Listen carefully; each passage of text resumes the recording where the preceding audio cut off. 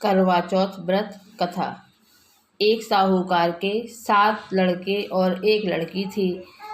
जेठानी सहित उनकी बहुओं और बेटी ने करवा चौथ का व्रत रखा था।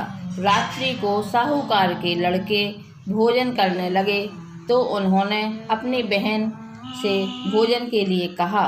इस पर बहन ने उत्तर दिया, भाई अभी चांद नहीं निकला है, उसके निकलने पर अर्घ्य देकर भोजन करूंगी।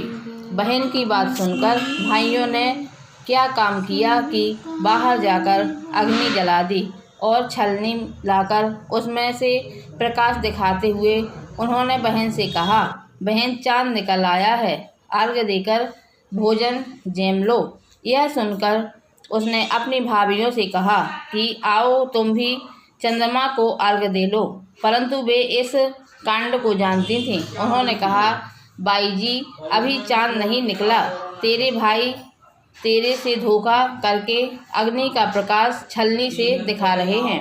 भाभियों की बात सुनकर भी उसने कुछ ध्यान न दिया।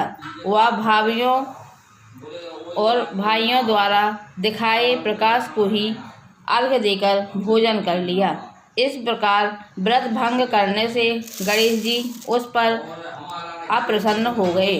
इसके बाद उसका पति सख्त बीमार हो गया और जो कुछ घर में था उसकी बीमारी में लग गया। जब उसे अपने किए हुए दोषों का पता लगा तो उसने पश्चाताप किया।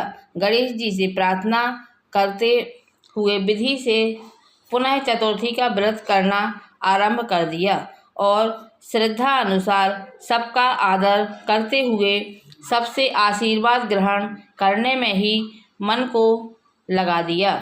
इस प्रकार उसके श्रद्धा भक्ति सहित कर्म को देखकर भगवान गणेश उस पर प्रसन्न हो गए और उसके पति को जीवन दान देकर आरोग्य करने के पश्चात धन संपत्ति से युक्त कर दिया। इस प्रकार जो कोई छलनी से चंद्रमा को अर्घ्य देकर उसके बाद ही जल ग्रहण करता है तो माँ चौथ उसके पति को स्वस्थ, सुखी और धनवान बनाती हैं।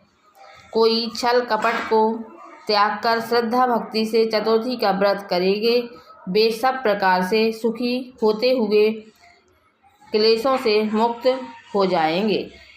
बोलो गजानन महाराज की जय। बोलो चौथ माता।